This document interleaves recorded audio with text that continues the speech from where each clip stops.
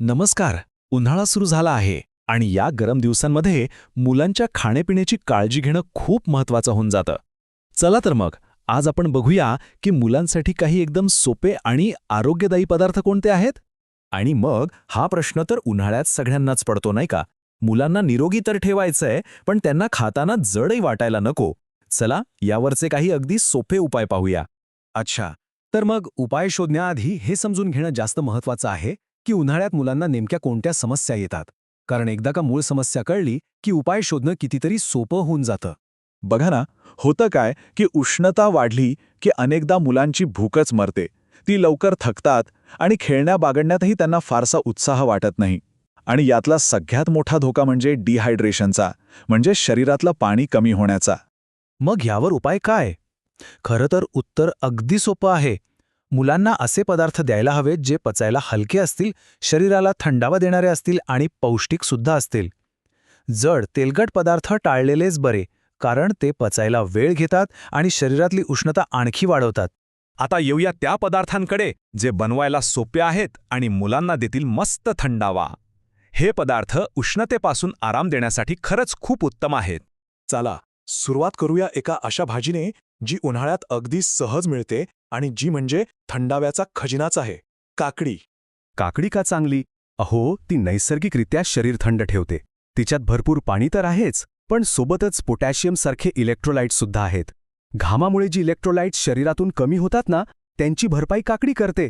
तिच्या साध्या चकत्या करून दिल्या तरी चालतील, किंवा त्यावर थोडंसं मीठ आणि लिंबाचा रस शिंपडला की मुलांना ती खायला आणखीच आवडेल. आता पुढचा पदार्थ तर मुलांचा एकदम फेवरेट आहे, कलिंगड. उन्हाळ्यात कलिंगड खाण्याची मजाच काही और असते, नाही का?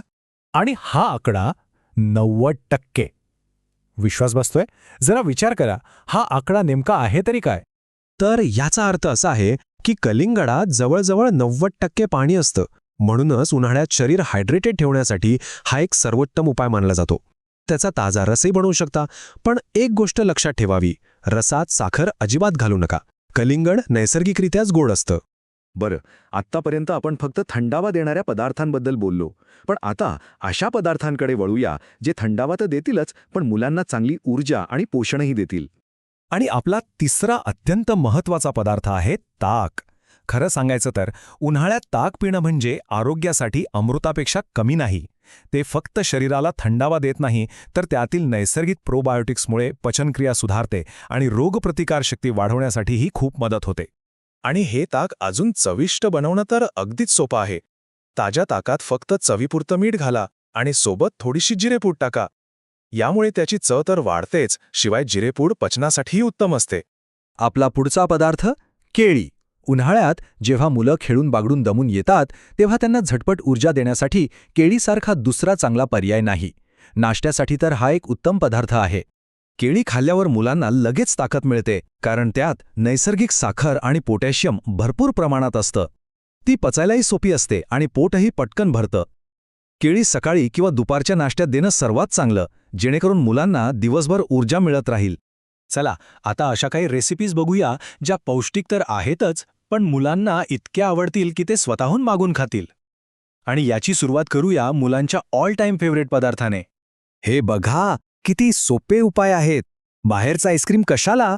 घरीच केळं आणि दूध एकत्र करून फ्रीज करा. पचायला एकदम हलका आणि आतून थंडावा देणारा दही भात तर आहेच.